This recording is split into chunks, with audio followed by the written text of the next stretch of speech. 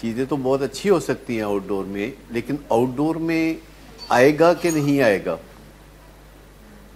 आप देखिए कि 100 दिन के इंडोर प्रोग्राम के बाद भी पेशेंट्स का तालीम के लिए आना, वो कहते हैं हमें सब पता है, वही बातें करते हैं, सीख लिया सब कुछ।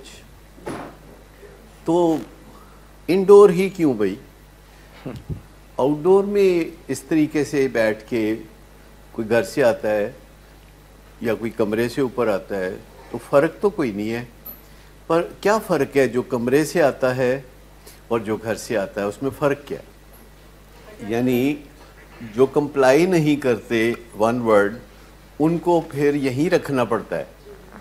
लेकिन जनरली जो कंप्लाइंस है यानी इलाज पे राज़ी होने का मामला है, तो नशे से हट के दूसरी बहुत सारी बीमारियों पर अगर नज़र डाली जाए तो इलाज पे राज़ी होने के हालात क्या नज़र आते हैं। मिसाल के तौर पर शुगर के मरीज़ के इलाज के ऊपर राज़ी होने के क्या हालात हैं, दिल के मरीज़ के अंदर इलाज पर राज़ी होने के क्या हालात हैं। डायबिटीज़ का मरीज़ भी अगर तकलीफ़ है शुगर के बढ़ने से तो वो आ जाएगा इलाज में, अगर तकलीफ़ कोई नहीं है तो बोलेगा मैं वैसे ही ठीक हूँ। हालांकि उसको बताया जा रहा है कि आपकी शुगर 300 है और इसे कंट्रोल करने की ज़रूरत है, इसके नतीजे में आपको दुश्वारियाँ होंगी। कल मेरे एक भाई आए अपने डायबिटीज़ के इलाज के लिए, जो मेरे तायाजाद भाई हैं और मुझसे काफ़ी छोटे हैं उम्र में, 10 साल छोटे होंगे। और वो आए तो मुझे किसी ने बताया कि वो आपसे भी मिलना चाहते हैं, वो डायबिटिक्स इंस्टीट्यूट में आते हैं रेगुलरली। जब वो आए तो मुझे उनकी सेहत काफ़ी ख़राब लगी, सांस चढ़ा हुआ था। तो मैंने कहा आपको क्या हुआ, आपको तबीयत ठीक नहीं लग रही? तो उनके बेटे ने बताया कि उनका डायलिसिस होता है, किडनी फेलियर हो चुका है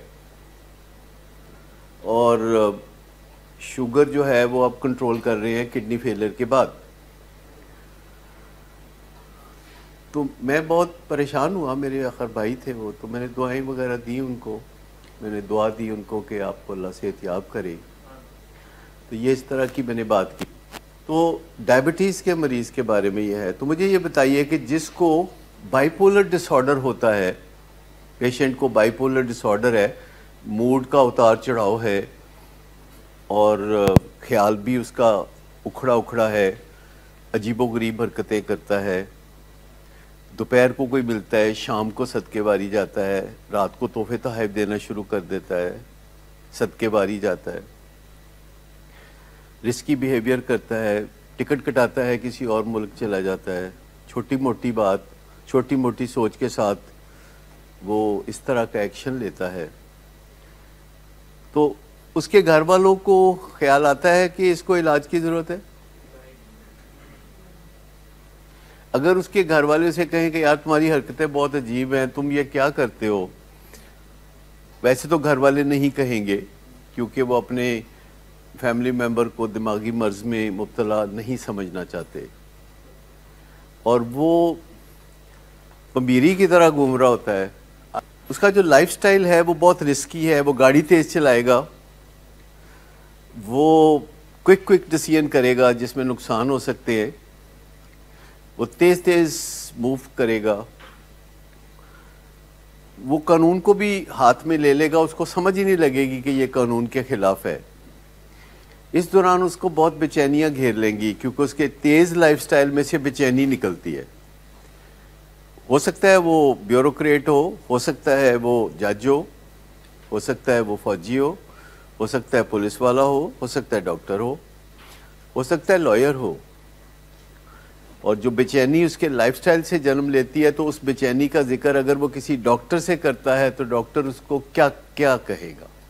डॉक्टर उसको कहेगा कि आप लेक्सोटनिल ले लें कुछ दिन, आप वैलियम ले लें कुछ दिन, आप ज़ैनक्स ले लें, कोई बेंजोडाइज़ेपिन ले लें। डॉक्टर उसको कोई ऐसी पिल देगा जो कि उसको थोड़ा सा स्टेबल करे, थोड़ा सुकून दे, जो रातों को जागता नहीं तो वो ज़रा सो जाए, ताकि उसके दिमाग के जो पैगामात इधर से उधर भागे फिर रहे हैं, बहुत तेज़ी से नॉइस है, भेजा शोर कर रहा है, वो थोड़ा सा पुरसुकून सा हो जाएगा। या फिर वो अपने कुछ दोस्त अहबाब से बात करेगा जो कि उस जैसे होंगे, क्योंकि कबूतर बा कबूतर बाज बा बाज, कुछ उस जैसे दोस्त होंगे जो वो ढूंढ लेगा। उसी की तरह वो भी सारे मर्सिडीज़ गाड़ियाँ पसंद करते होंगे, शिकार पसंद करते होंगे, असला रखना पसंद करते होंगे, घर में डोरबेल की बजाय वो गन रखते हैं हाथ में कि एक फायर करूं तो मुलाजमों को पता चल जाए कि मुझे 1 कप चाय चाहिए, अगर 2 फायर करूं तो मुझे खाना चाहिए, 3 फायर करूं तो सब आ जाओ। ये कोड रखे हुए उसने। अब एक में कुछ बेचैनियां हैं, कुछ उसको पुलिस से वास्ता पड़ रहा है, रिलेशनशिप के प्रॉब्लम्स हो रहे हैं, गुस्से हो रहे हैं, परेशानियां हो रही हैं, तो दूसरे उसको किस चीज़ का मशवरा देंगे? डॉक्टर ने तो उसको कहा था कि ट्रैंक्विलाइजर, अंगूर की बेटी, अंगूर की बेटी या अंगूर की पेटी। तो दोस्त उसके ये कहेंगे, और ये 2 काम जो हैं कि डॉक्टर का ट्रैंक्विलाइजर लो, और उसके दोस्त अगर मौका मिलेगा, बड़े अफसर जो उसके साथ काम करता है, जिनके साथ तो वो उसे कहेंगे तुम अल्कोहल ले सकते हो। और जो लोग फिर इस एडवाइस पे अमल करते हैं उनमें से 90% को कुछ अफाका हो जाता है। 90% का मसला इन 2 में से एक चीज़ के साथ हल हो जाता है। बाकी 10% का क्या बनता है?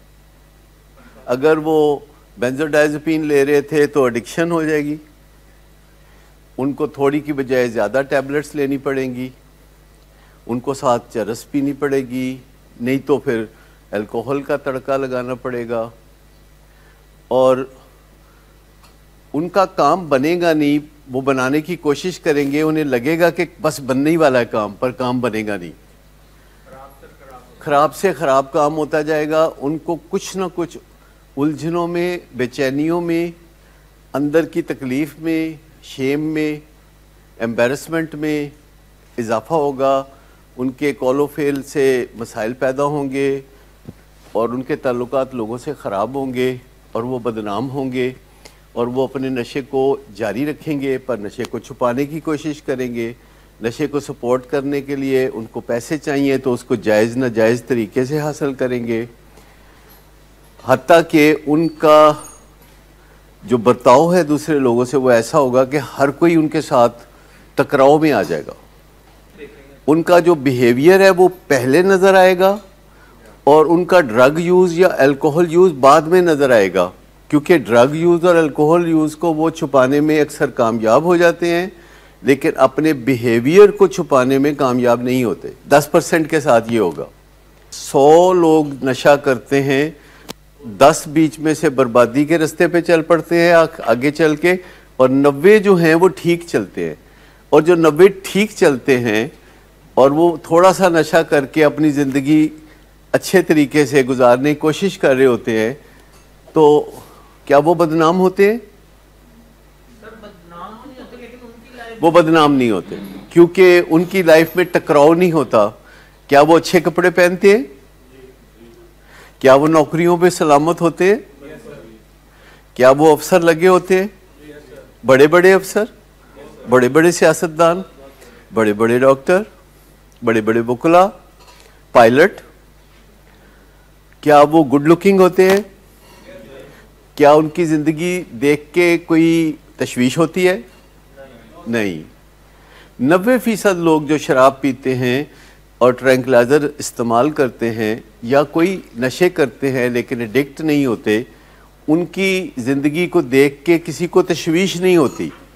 लेकिन वो जो 10% हैं जिनका कोई पता नहीं है कि कौन है, ये अंडर कवर हैं, वो जो 10% है जो कि दूसरे रास्ते पे चलते हैं और उनके जिस्म में ऐसी खराबियां पैदा हो जाती हैं कि अब वो नशा करें तो मुसीबत, नशा ना करें तो मुसीबत, और वो नशा करते हैं तो मसाइल, नशा नहीं करते तो मसाइल।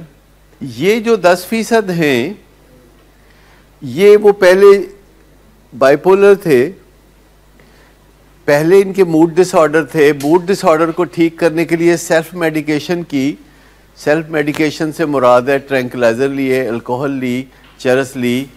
लेकिन जो भी बंदा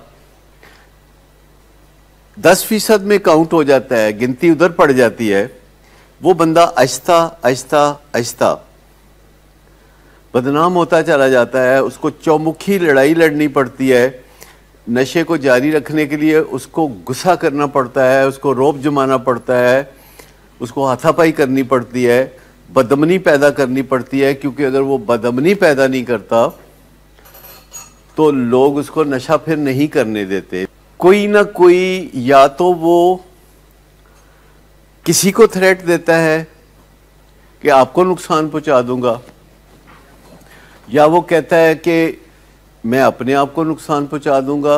और चूंकि आप मुझसे प्यार करते हैं, मुझे इस बात का खुफिया तौर पर पता चल गया है कि आप मुझसे प्यार करते हैं, लिहाजा मैं जब अपने आप को नुकसान पहुंचाने की बात करूंगा, अपने आप को आपसे दूर ले जाने की बात करूंगा, तो आप मेरी नजायज़ बात मान लेंगे।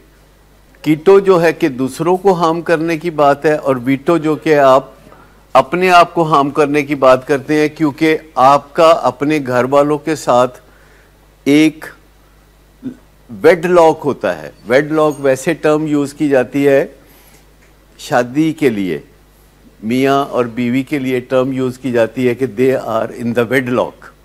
लेकिन फैमिली मेम्बर तमाम के तमाम वेडलॉक में होते हैं, वो एक दूसरे के साथ खून के रिश्ते में बंधे होते हैं। लेकिन जब ये नशा बढ़ जाता है तो फिर ये ग्रिड लॉक होता है।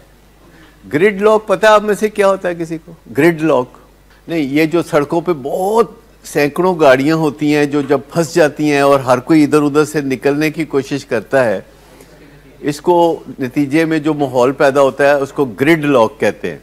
कल मेरे पास जो है एक फैमिली बैठी हुई थी, उसमें बच्चा भी था जिसका नशे का मसला था, और उसके मसले को डिस्कशन के लिए हम बैठे हुए थे। और उसकी डिस्कशन हो रही थी कि वो अपनी कमिटमेंट क्यों पूरी नहीं करता। और वो बच्चा खुद ही बड़े शौक से कह रहा था, आपको तो पता है मैं क्रेजी हूँ, आपको तो पता है मैं बदनीयत हूँ, आपको तो पता है मैं बदमाश टाइप हूँ, हंसते हुए ऐसे ही। मैंने कहा नहीं, मुझे नहीं पता, मैं आपको बहुत अच्छा भला मानस शरीफ आदमी समझता हूँ, ये आपने बहरूप बनाया हुआ है। उस पेशेंट से मैं बातें कर रहा था, तो पेशेंट की जो वालदा है हर बात के नतीजे में कह रही थी कि इन्होंने भी समझाओ। मैं मरीज से बात कर रहा हूँ और वो हर 2 मिनट में कि इन्होंने भी समझाओ। मैं कहा देखें, मैंने अभी इधर सींग फंसाया हुआ है, आप चाह रही हैं मैं उधर भी सींग फंसाऊं, तो ये ज़रा मुश्किल हो जाएगा। आप मुझे एक काम कर लेने दें, अभी आप बीच में हर बात के अंदर मैं इसको समझाने लगता हूं तो आप कहते हैं इन्होंने समझाओ। हम सब अच्छा इरादे रखते हैं, हम सब अच्छा बनना चाहते हैं, लेकिन ऐन वक्त पे हम बुरे बन जाते हैं। हम अच्छे ही बनना चाहते हैं, हमें बचपन से बताया जाता है अच्छे बनना, सच बोलना, अमन कायम करना, कानून को मत तोड़ना, इखलाक अच्छा रखना, पढ़ना लिखना, तामीरी इंसान बनना, एक मुहज़्ज़ब इंसान बनना। और हम सब का यही इरादा होता है। हम में से कोई इस इरादे के साथ परवरिश नहीं पा रहा होता कि मैं तो बड़ा होकर एडिक्ट बनना है। साइंस कहती है कि लोगों की नीयत हमेशा नेक होती है, उनका तरीक़ाकार गलत होता है। लेकिन मैं आपको बताऊं कि अगर इरादे आपके कितने भी अच्छे हों, अगर आप अंदर से ट्यून्ड नहीं हैं, अगर आपके रिफ्लेक्सेस नहीं बने हुए, तो ऐन वक्ते जहाद पे आप रह जाएंगे। हम वही काम करेंगे जिसके रिफ्लेक्सेस बने हुए हैं, जिसका इरादा है वो कभी होगा कभी नहीं होगा। अगर रिफ्लेक्सेस ये बने हुए हैं कि लाल बत्ती काटनी है, तो फिर आप जितना मर्जी उस दिन इरादा कर लें कि आज नहीं काटनी, तो जब लाल बत्ती सामने आएगी तो आप काट जाएंगे। ऐसे आंखों के आगे धुंध सी छा जाएगी, ऐसे लगेगा कि लम्हा जो है वो फ्रीज हो गया है, ऐसे लगेगा कि किसी ने मैस्मराइज कर दिया है। हम बहुत अच्छा इरादा करते हैं कि मैं यूँ करूँगा, अब मैं प्रोवोक नहीं करूँगा, अब मैं बैड फीलिंग्स क्रिएट नहीं करूँगा, लेकिन फिर दूसरा हमें कुछ ना कुछ पिन प्रिक्स करता है, सुई चुभोता है कोई, हम कहते हैं नहीं नहीं मैंने बुरा रद्द-ए-अमल नहीं देना, फिर वो एक पिन चुभोता है, फिर वो एक और पिन चुभोता है, और आखिरकार आपकी थ्रेशोल्ड जवाब दे जाती है, आपकी कुव्वत बर्दाश्त जवाब दे जाती है, और आप एक लम्हा ऐसा आता है कि आप सोचते हैं कि अब बनता है, अब बदतमीजी बनती है। लेकिन जब हमारे पेशेंट दोबारा नशा करके आते हैं और मैं कहता हूँ भाई क्या हुआ था, तो कहते हैं अब्बा ने तुहानू पता है की कीता मेरे नाल, उन्होंने ऐ कीता। मैं कहता हूँ किया ठीक, लेकिन क्या इससे नशा करना बनता है? आप आके बात कर सकते थे, मसले का हल ढूंढ सकते थे, लेकिन वो इसरार करता है कि नहीं, ये जो मेरे साथ जुल्म सितम हुआ है इस वक्त फिर मेरा नशा करना बनता था। और ये पहले से सोचा होता है कि जब इस दर्जे जुल्म होगा तो फिर मैं नशा करूँगा, फिर नशा बनता है। हमने एक स्प्लिट सेकंड में फैसला करना होता है और बाज़ औक़ात वो फैसला इतना तेज़ रफ्तार होता है कि हमें पता ही नहीं चलता कि हमने वो कब फैसला किया था। ऐसे फैसलों की जो एग्जैक्ट रफ्तार होती है हमारे दिमाग में, वो 1,86,000 मील फी सेकंड की रफ्तार होती है। आपको पता है कि सूरज की जो किरणें हैं वो भी इसी स्पीड से ज़मीन की तरफ आती हैं और उनको 9 मिनट लगते हैं ज़मीन तक पहुंचते हुए, इतना फासला। और हमारे दिमाग की आप देखें, साइज़ देखें कि इधर से इधर पैगाम, इधर से उधर और उधर से उधर और उधर से उधर करते कोई 5-7 फुट का फासला तय करते हैं वो पैगामात,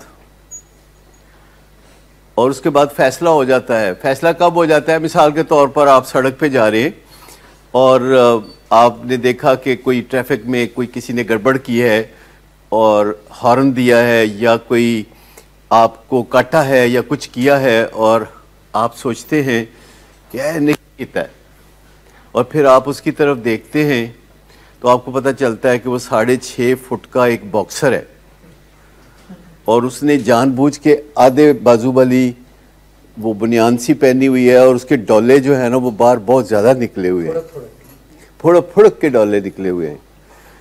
आप उसको देखते हैं और आप 1,86,000 मील फी सेकंड की रफ्तार से एक फैसला करते हैं जी, कब नहीं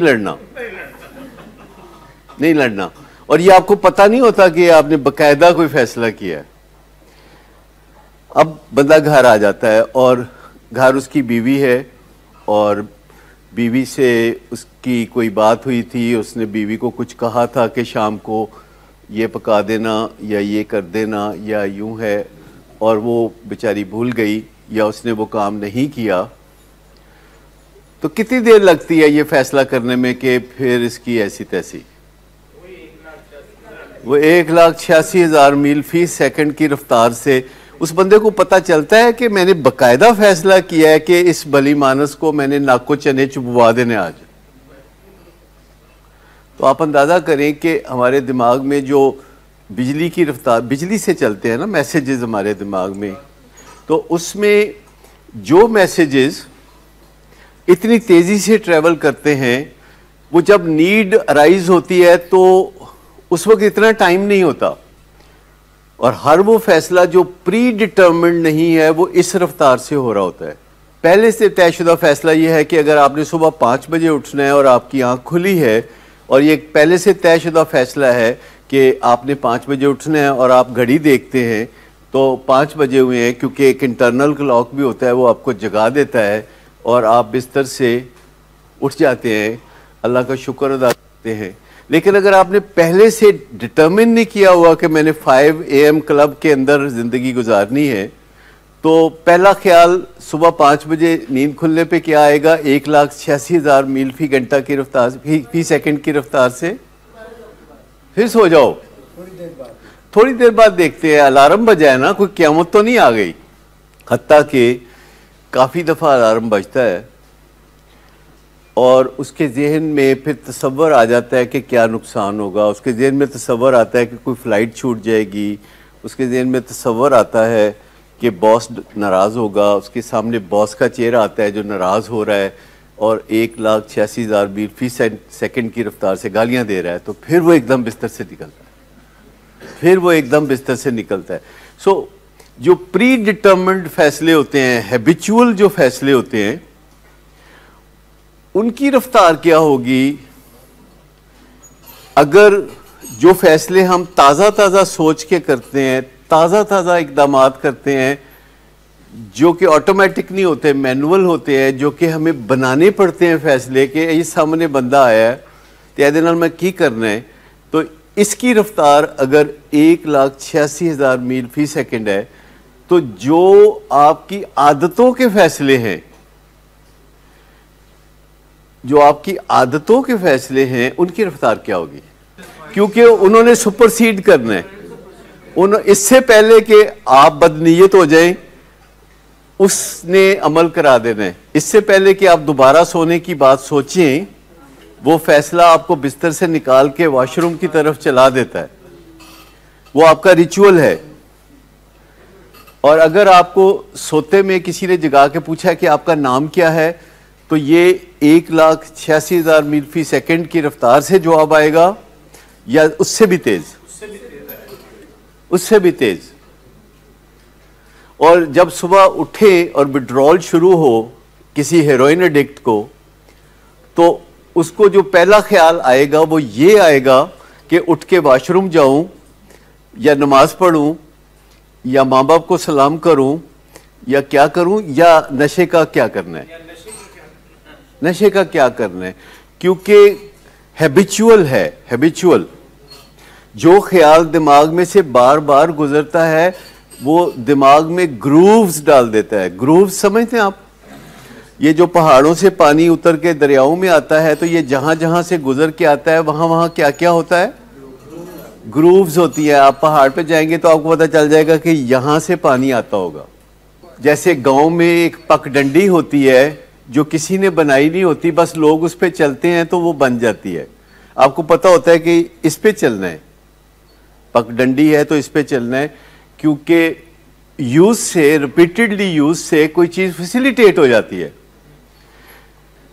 तो जब आपको यहां बुलाया जाता है तो आपको आदत रिहैब में आने की होती है या आदत मनमानी हरकतें करने की होती है? जी, मनमानी हरकत। और जब आपको दो चॉइसेस में से एक चॉइस ये करनी हो कि फॉलोअप पे जाना है या फिर मैं नहीं जाना, तो ये फैसला कि फॉलोअप पे जाना है ये 1,86,000 मील फी सेकंड की रफ्तार से भी करें तो वो कौन सा फैसला है जो आप इससे भी ज़्यादा स्पीड के साथ करेंगे, जो कहेगा कि शीदे कुल चल। हमारे सर्टन स्टाइल हैं और जब तक हम प्री डिटर्मिनेशन की तरफ नहीं जाते, जब तक हम ये नहीं सोचते कि इस मौके पे मैं क्या करूंगा, लाल बत्ती आएगी तो मैं क्या करूंगा, जब तक आपके अंदर फर्म ओपिनियन नहीं है, जब तक आप ये नहीं सोचते कि माँ बाप को आंखें दिखाऊंगा ही नहीं, वो जो मर्जी कर ले, जब आप सोचते हैं कि मैं अपने आप को किसी केमिकल के ताबे करूंगा ही नहीं, मैं अपनी विल को सुप्रीम रखूंगा, तो फिर आपकी जीन्स भी उनके सामने बेबस हो जाती है। जैसे डॉक्टर एजाज कुरैशी आपको कोई जीन्स पे रोशन दे रहे थे, जीन्स को बीट करना बहुत आसान है। जीन्स आर लाइक सीड्स, ये बीजों की तरह होते हैं, इनको बहुत सारी शराइत होती हैं तो ये अपनी परवरिश पाते हैं। ये जो जीन्स होती है ये ऐसे ही लाजमी सामने नहीं आ जाती, इनको बहुत सारे फेवरेबल सरकमस्टांसेस चाहिए होते हैं और वो फेवरेबल सरकमस्टांसेस आप देने से इनकार कर सकते हैं। डायबिटीज़ मेरे देखते देखते पाकिस्तान में 2% से 16% हो चुकी है। पॉपुलेशन का 2% से 16% मेरे देखते देखते 1976 से लेके अब तक। लेकिन you can still be genes. अगर आपके रिश्तेदारों में डायबिटीज़ है तो आप फैसला कर सकते हैं कि मैंने ओवरवेट नहीं होना, आप फैसला कर सकते हैं कि मैंने वर्जिश करनी है, आप फैसला कर सकते हैं कि आपने टकराव की पॉलिसी पे नहीं जाना। एक्चुअली ग्लूकोफेज जो मेडिसिन है वो इंसान के जिस्म की जो अंदर की इंसुलिन है उसको मोर इफेक्टिव बनाती है और जो लिवर से शुगर खून में लीक होती रहती है, उस लीकेज को ये प्लग कर देती है, बंद कर देती है। It's an excellent medicine. और जो लोग भी ओवरवेट हों, जिनके अंदर भी फैमिली हिस्ट्री और डायबिटीज़ की, जो भी 40 इयर्स के करीब हों, स्ट्रेस हो, आपको पता है हैबिट और हैबिट ना होना ये क्या फ़र्क डालता है आपकी ज़िंदगी में? हैबिट होगी तो श्योरिटी होगी कि आप कर गुजरेंगे, हैबिट नहीं होगी, कच्चा पक्का काम होगा, कभी कर गुजरेंगे कभी नहीं कर गुजरेंगे। हैबिट जो है वो पहले से प्रोग्राम्ड एक्शन है। मिसाल के तौर पर अभी शहबाज शरीफ साहब कहीं किसी मुल्क जाएं तो जाके तो दूसरे मुल्क के बादशाह को क्या कहेंगे? सर मजबूरी है, मैं मांगने नहीं आया, मजबूरी है सर, अपना सीना गिराएंगे। हम ठीक हो जाएंगे, मैं मांगना नहीं चाहता लेकिन मजबूरी है, आइंदा नहीं मांगेंगे। इसके लिए शहबाज शरीफ साहब को कोई बकायदा रिहर्सल करनी पड़ेगी। और अगर कोई बंदा कहे अच्छी भली हुकूमत थी, साइफर हुआ, बाहर से कुव्वतें आई, अंदर कोई मीर सादिक था, कोई मीर जाफर था, अच्छी भली हुकूमत थी, हटा दी, क्या कसूर था? तो ये सोचना पड़ता है या ये निकलता है मुंह से, खुद ही निकलता है? अगर कोई बंदा हैबिचुअली कहीं लेट पहुंचता है तो उसके मुंह से क्या निकलता है? ट्रैफिक बहुत थी, ट्रैफिक बहुत थी, ठीक। लेकिन वही बंदा जब उसने एयरपोर्ट जाना होता है फ्लाइट लेने के लिए, उस दिन ट्रैफिक कुछ नहीं कहती, उस दिन वो टाइम पे पहुंचता है, क्योंकि उस दिन एक फैसला और प्री डिटरमिन्ड होता है कि फ्लाइट लूज नहीं करनी, मुझे कोई 30-40 हज़ार रुपए की डज पड़ जाएगी। आपको पता है किसी ज़माने में ये नहीं होता था, तो लोग टिकट बुक करा लेते थे, एयरपोर्ट जाते ही नहीं थे, फिर जहाज़ की सीटें खाली रहती थी। So there is a difference between casual attitude and habits. और कहते हैं कि कैजुअल एटीट्यूड जो होता है उससे कैजुअलिटीज होती हैं। कैजुअल एटीट्यूड्स, लापरवाही से ड्राइविंग की, लापरवाही से बात की, लापरवाही से इंटरेक्ट किया, ताल्लुकात ख़राब कर लिए, मुँह मारी कर ली, अपना घरेलू माहौल ख़राब कर दिया, ये सोच के नहीं कोई नहीं कुछ नहीं होता। अब मुझे बताइए कि आप में से कितने लोग हैं जो हमसायों से उतनी बदतमीजी करते हैं जितने के अपने घर वालों से? है कोई हमसायों से बदतमीजी करने वाला घर वालों के मुकाबले में? मुझे बताइए कौन इंपॉर्टेंट है, घर वाले या हमसाए? हाँ। कितने लोग हैं जो अपनी बीवी से बदतमीजी करने और दूसरी औरतों से बदतमीजी करने में डिस्क्रिमिनेट करते हैं? कितने हैं जो दूसरी औरतों से बदतमीजी करते हैं? मुझे बताएं कौन है जो दूसरों के माँ बाप को तो अंकल अंकल कहते हैं, अपने दोस्त के माँ बाप नहीं अंकल आप फिक्र ना करें, इसको मैं समझाऊंगा, ये पढ़ाई में ठीक हो जाएगा, ये बिल्कुल कुताही नहीं करेगा, अंकल आप फिक्र ना करें। और अपने माँ बाप से कैसे बोलते हैं जी? नहीं, अपने माँ बाप से कैसे मुखातब होते हैं? मुंह उठा के आ जाते हैं। जब अब याद आया माँ बन के मेरे सामने आपको खड़े होना, उस वक्त आप कहाँ थे? उस वक्त जब बचपन में वो फलां मुलाजिम ने ऐसे किया था। जी क्या चाहती है ये औरत? ये किसने कहा था? ये मोहम्मद बिन कासम ने कहा था। मोहम्मद बिन कासम आया था जब, तो उसने उस खत जिस औरत ने लिखा था जाके उसको मिला, और उसको कहता है क्या चाहती है ये औरत? मुझे आप बताइए कि अपनी माँ के अलावा आप किसी मुदब्बर खातून से आपने ऐसे कभी मुखातब हुए? स्वाई अंकल आंटी के आप करते कुछ नहीं है, एक मिनट में आप दिल मोह लेते हैं।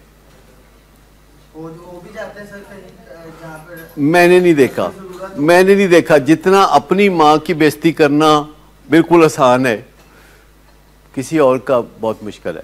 मुझे बताइए कि आप में से कितने हैं जो अपनी किसी रिश्तेदार खातून को कहें जरा एक गिलास पानी दे देना? हम बचपन में अपनी वालदा को कहा करते जरा एक गिलास पानी दे देना। और इतनी शर्म की बात थी, हमें पता ही नहीं था ये शर्म की बात है। ऐसे ही माओ को भी होता है कि एक कोई तिलस्माती किस्म का करैक्टर बनना है।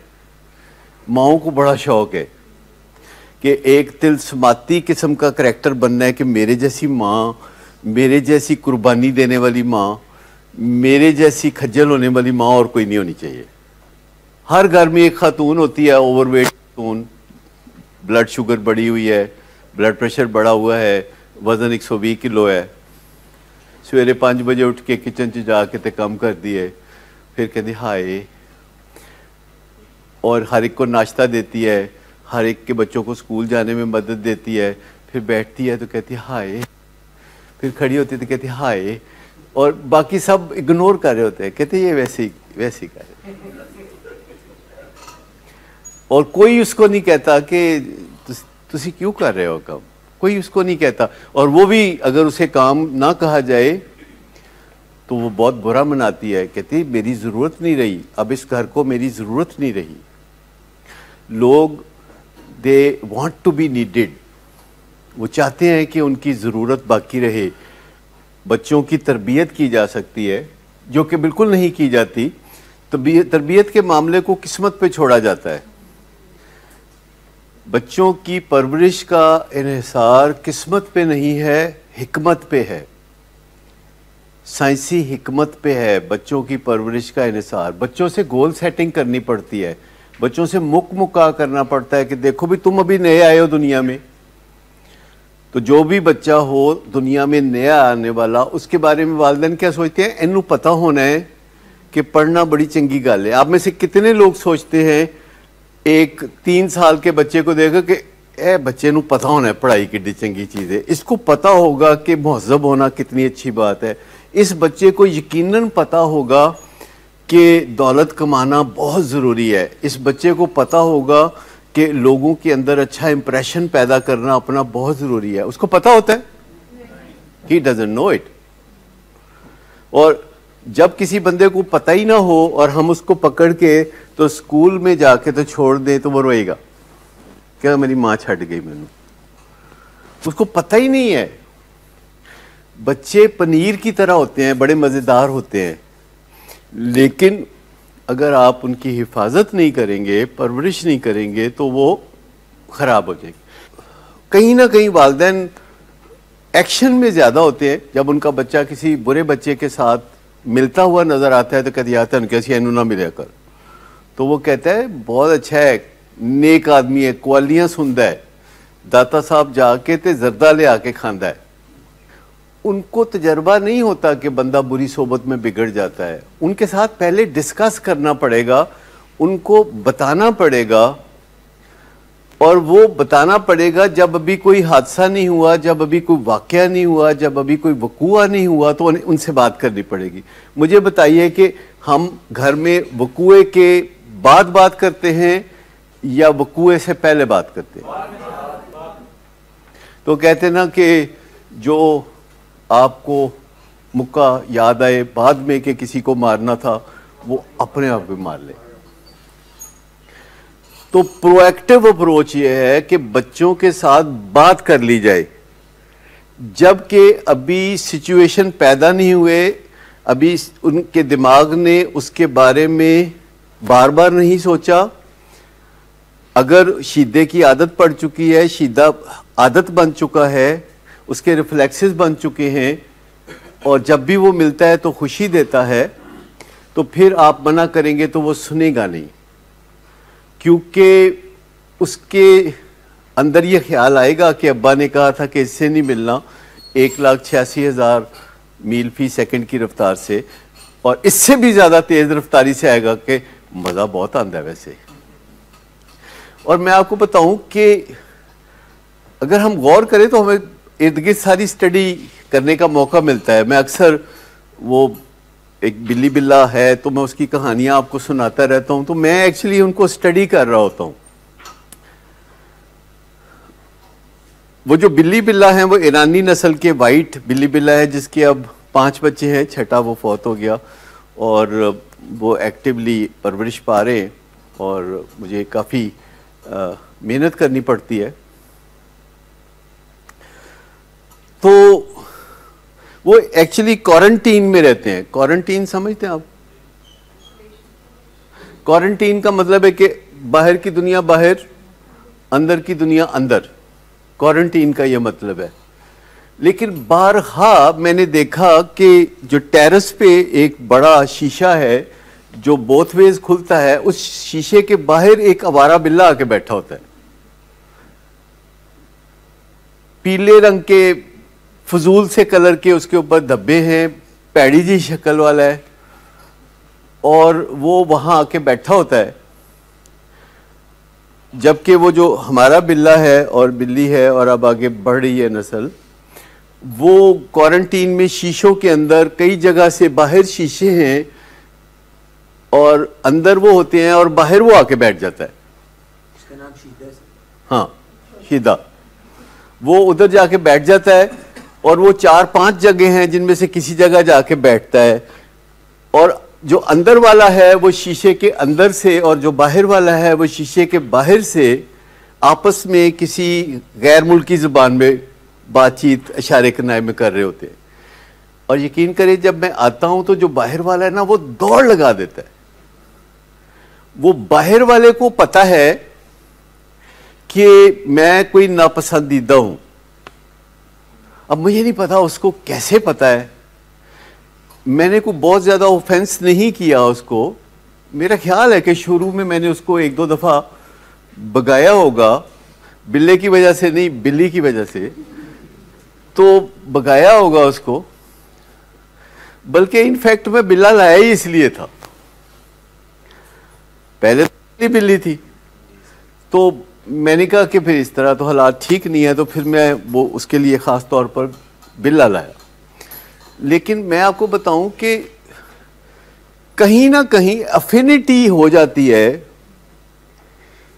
कहीं ना कहीं एक अफिनिटी का मतलब है कि कशिश, मकनातीसी कशिश।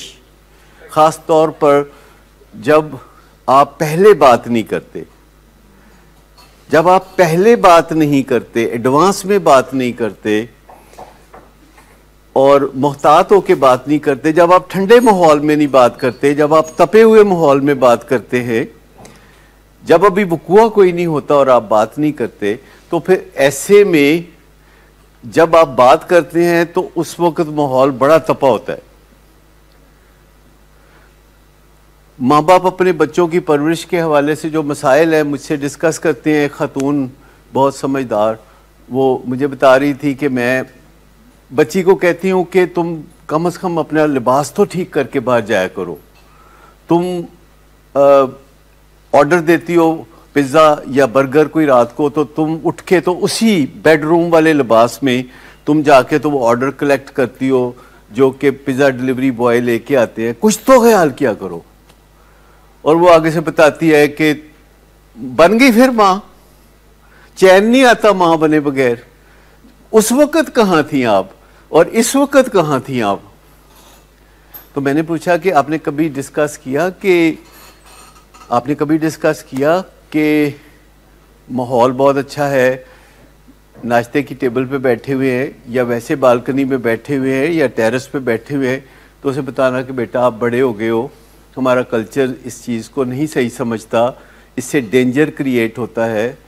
रातों को वो ऑर्डर नहीं देते और अगर ऑर्डर दें तो ख़ुद कलेक्ट नहीं करते और ये चीज़ यूँ नहीं करते और ये चीज़ यूँ नहीं करते।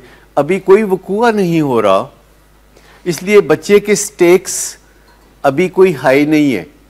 आप बच्चे को कहते हैं दोस्तों के घर जाके नहीं रहना, आप बेटियों को कहते हैं कि किसी और रिश्तेदार के घर भी स्लीप ओवर नहीं करना। ये आप उस वक्त नहीं कहते जो रात 12 बजे वो तैयार होके जा रही है और कहती है कि मैं वो खाला के यहाँ या चचा के यहाँ या ताया के यहाँ स्लीप ओवर के लिए जा रही हूँ। और माँ कहती है कमाल है, तुम क्यों जा रही हो? ये कोई वजह है? कोई जाने का टाइम है? कहती है मैंने अब्बा से पूछ लिया। कहती है तो तुम्हारे अब्बा ने इजाज़त दे दी? मैंने कहा हाँ, अब्बा ने मुझे इजाज़त दे दी है। अब आप मुझे बता सकते हैं अब्बा ने इजाज़त क्यों दी है? अब्बा की और माँ की कोई अपनी चपकलश होगी जिसमें अब्बा को फेवर चाहिए होगी बच्चों की, बच्चों के वोट चाहिए, बच्चों के वोट मेरी तरफ होने चाहिए। मैं इसलिए कि बच्चों के वोट मेरी तरफ हों, मैं एक बच्ची की जिंदगी दांव पे लगा दूं जी। तो मैं अपना एक वोट बनाने के लिए अपने बच्चे की जिंदगी दांव पे लगा दूं, तो इसका मतलब क्या है? और फिर जब बीवी शिकायत करे कि आपने ये क्या किया, उसको ये स्लीप ओवर के लिए इजाज़त दी, वो घर सेफ नहीं है, वैसे कोई मुनासिब बात ही नहीं है। उन्होंने कहा तुम्हें पता है इनके अंदर, बच्चों के अंदर मेरा खून दौड़ रहा है। और बीवी पता है क्या सोचती, कहती है तो मैंने फिक्र है तेरा खून ही तो गंदा है। पर वो कह नहीं सकती, उन्हें जीना भी तो है ना, वो कह नहीं सकती। कहती है यही तो मेरा फिक्र है, यही तो मेरा फिक्र है कि तुम्हारा खून गंदा है, तुम्हारा जो खून है। ये एहसास ऐसे लेने से जाना, बस 2 मिनट से गल खत्म हो रही है। ये बात जानना कि हमारा खून कैसा है कितना मुश्किल काम है। मुझे बताइए कैसे जानने के हमारा खून ठीक है कि नहीं? अपने एंसेस्टर्स को देख लें। मैं कई दफ़ा बताता होता हूँ कि मेरे नान के साइड पे इतने बाइपोलर, इतने नशई, इतने सुसाइड करने वाले, इतने कत्ल करने वाले, इतने कत्ल होने वाले, डायबिटीज़ के मरीज़ और ब्लड प्रेशर के मरीज़ और गुस्से में बेकाबू होने वाले और फसाद करने वाले और कब्ज़े करने वाले भरे पड़े थे। और मैंने बचपन से ज़िंदगी गुजारते गुजारते वहाँ से कभी अच्छी खबर आते नहीं देखी।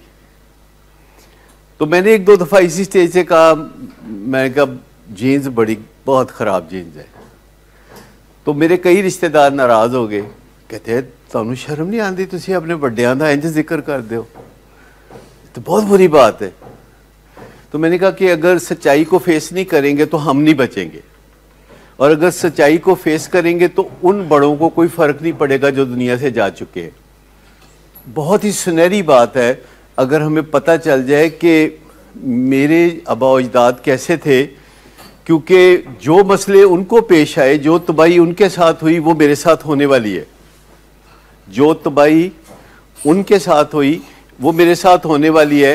And I can save my self, क्योंकि उनको पता नहीं था कि होने वाली है, मुझे पता है कि होने वाली है। एक बंदे को पता है कि इम्तिहान में ये 6 सवाल आने हैं, एक बंदे को कोई पता नहीं कि इम्तिहान में कौन सा सवाल आना है। Who is the winner?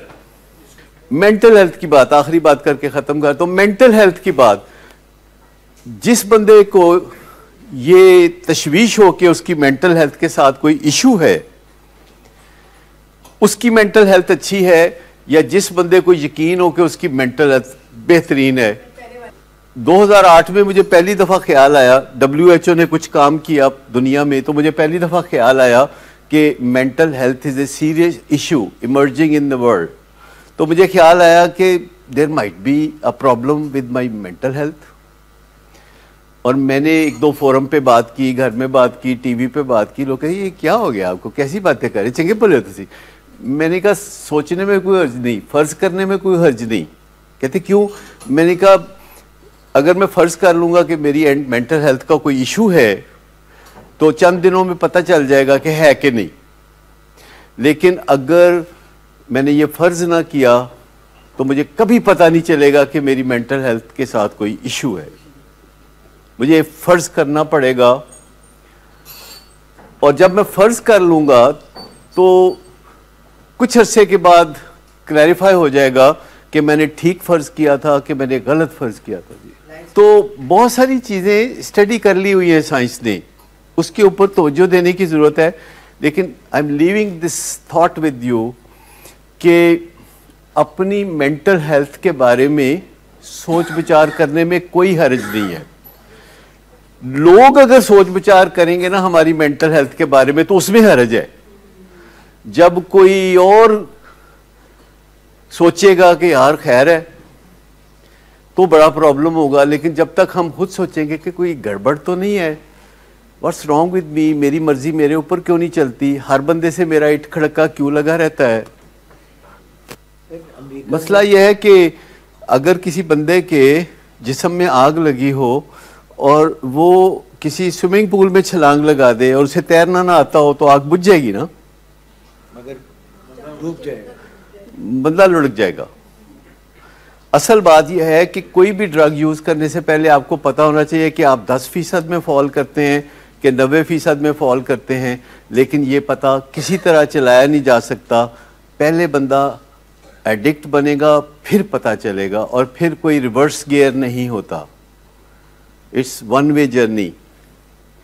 और ख़ानदानों में हीरे लोग जो हैं नशे की बीमारी का शिकार होके अपनी ज़िंदगी ख़राब करते हैं और आहिस्ता आहिस्ता बदनाम हो जाते हैं, हत्ता कि वो ख़ुद को बुरा कहना शुरू कर देते हैं, उनके वालिदैन उनको बुरा कहना शुरू कर देते हैं।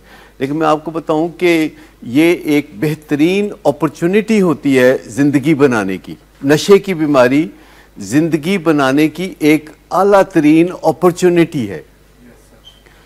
नशे की बीमारी में से जो तकलीफ़ें निकलती हैं वो मोटिवेट करती हैं कि बचो, और वो मोटिवेशन जब उसे मिलती है और वह नशे की क्रेविंग से निजात पाने का सोचता है तो उसका सिर्फ एक ही रास्ता है कि नफ्स मुतमिन की तलाश करे, उलझने से बाज रहे, नेचर के साथ लड़ाई झगड़ा ना करे,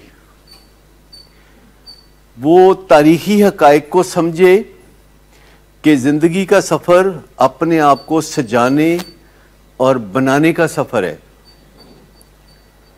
ज़िंदगी का सफ़र जो है अपने आप को छुपाने का सफ़र नहीं है। एक्सपोज योर सेल्फ, खुल के बताओ मैं क्या हूँ। जब आप खुल के बताओगे कि आप क्या हैं तो आप बदलना शुरू हो जाओगे, और जब आप छुपाना चाहोगे कि किसी को पता ना चल जाए कि मैं क्या हूँ, आप उसको छुपाओगे, आप उसे प्रोटेक्ट करोगे। जिस चीज़ को छुपाया जाता है वो महफूज हो जाती है। जो बंदा पहले बुरी ज़िंदगी में होता है और फिर अच्छी ज़िंदगी में जाता है, उससे तो दुनिया इंस्पायर होती है, उससे तो दुनिया इश्क करती है, अप्रिशिएट करती है। और जो बंदा अच्छा होता है, जो बंदा अच्छा होता है कहे ठीक है, खैर है, अच्छा है।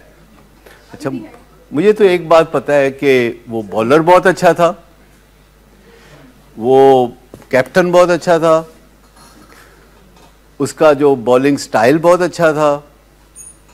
मुझे तो सिर्फ इतना पता है क्योंकि जो लोग एक्सेप्शनल होते हैं उनकी वजह शोहरत के मुताबिक उनको देखते हैं।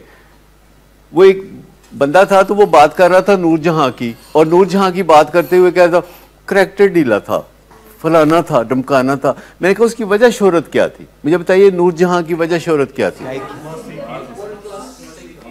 उसकी जो वजह शोहरत थी वो ये थी कि गाएगी दुनिया गीत मेरे। ठीक, तो फिर वो कौन बंदा है जो उसके करैक्टर को ढूंढे या इमरान खान के करैक्टर को ढूंढे।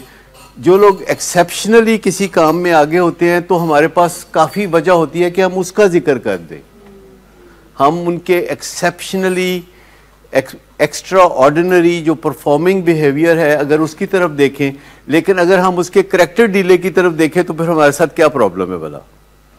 नेगेटिव अप्रेजल, हमारा नेगेटिव अप्रेजल है, हमारा गुजारा ही इस चीज़ पे है, हमारी दाल दलिया इस चीज़ पे है। जैसे कोई बंदा लड़का घर आया तो उसके मामले में सुना रिजल्ट का की बनया, कहता शहीदा फेल हो गया। वो कहता शहीदे नूं छड्ड तू अपनी गल कर, तेरा बनया की? कहता सलीम दी भी कंपार्ट आई है 2 च। वो कहते यार आई है लेकिन मैनू दसो कि तेरा की रिजल्ट निकलिया? कहते बशीर भी रह गया। तो मतलब की है आप भी रह गया। जब हम लोगों के ये नक्स ढूंढते हैं जी, जब ऐप ढूंढेंगे लोगों के तो फिर हम सिर्फ एक चीज चाह रहे हैं, हम चाह रहे हैं कि उन्होंने फेल करके असी पास हो जाइए। इसको कहते हैं कंपेयरिंग आउट। कहते हैं मैं नशई नहीं हैगा, नशई तो वो जिहड़ा लगड़ा के टुरदा है, मैं नहीं नशई, मैं तो पैसे कमाना पुड़ियां बेच के, लेकिन नशई ओए फलाना। ये जो बंदा कंपेयर आउट करता कहता देखो नशाई होंदा है ਜਿਹੜਾ ਪੁਲਾਂ ਦੇ ਥੱਲੇ ਡਿੱਗਾ ਹੋਇਆ ਹੁੰਦਾ ਬੇਹੋਸ਼, ਜਿਹੜਾ ਘਰ ਦੇ ਵਿੱਚ ਨਸ਼ਾ ਕਰਕੇ ਤੇ ਬੇਹੋਸ਼ ਹੋ ਕੇ ਡਿੱਗ ਪਵੇ ਤੇ ਬੀਵੀ ਕਾਲੀਨ ਚ ਲਪੇਟ ਕੇ ਰੱਸੀ ਬੰਨ ਕੇ ਤੇ ਉਹਨੂੰ ਰੋਲ ਓਵਰ ਕਰਕੇ ਫਿਰ ਇੱਕ ਸਟਿਕ ਦੇ ਨਾਲ ਟਿਸ਼ਨ करके ਉਹਨੂੰ ਬਿਸਤਰੇ ਤੇ ਪਹੁੰਚਾਏ, वो नशाई नहीं हो सकता। लेकिन मैं आपको बताऊं कि नेवर कंपेयर आउट, हमेशा सोचो कि यार what is the possibility with me, क्या है मेरे साथ, मुझे चैन क्यों नहीं आता, मुझे सुकून क्यों नहीं मिलता, वक्त गुजरने के साथ साथ मैं ट्रबल में क्यों फंसता जा रहा हूँ, मुझे कोई करना पड़ेगा, मुझे सोचना पड़ेगा, आई एम इन ट्रबल, मेरे अंदर की आग है, मुझे उसको बुझाना है और वो बाहर से नहीं बुझेगी, वो अंदर से बुझेगी, उसका कोई बहुत सद्भाव करना पड़ेगा।